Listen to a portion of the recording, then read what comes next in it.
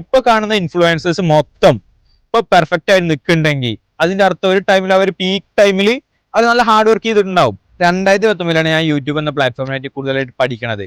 അങ്ങനെ പഠിച്ച് വീഡിയോസും കാര്യങ്ങളും അപ്ലോഡ് ചെയ്യൽ തുടത്തി. വീഡിയോസും കാര്യങ്ങളും അപ്ലോഡ് ചെയ്യൽ തുടത്തിയപ്പോൾ തന്നെ ആറ്ററും കാര്യങ്ങളും സപ്പോർട്ട് ചെയ്യാനായിട്ടുണ്ടായി. അതിനുശേഷമാണ് നമ്മുടെ 2020 കൊറോണന്റെ എൻട്രി.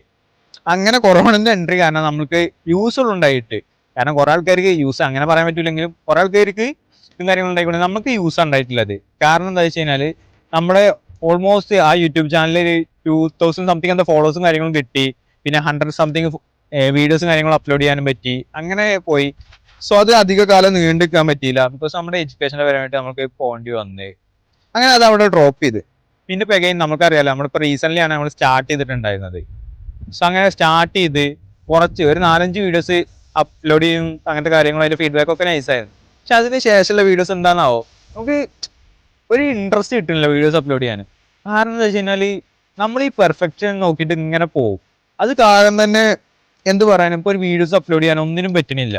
എന്തിനു പറയപ്പോ നമ്മൾ ഈ വീഡിയോസ് എടുക്കാൻ തന്നെ എനിക്ക് അറിയുന്നില്ലേ, നമുക്കൊരു പെർഫെക്ഷൻ ഇത് മാത്രമാണ് നമ്മൾ ഫോക്കസ് ചെയ്യണത്.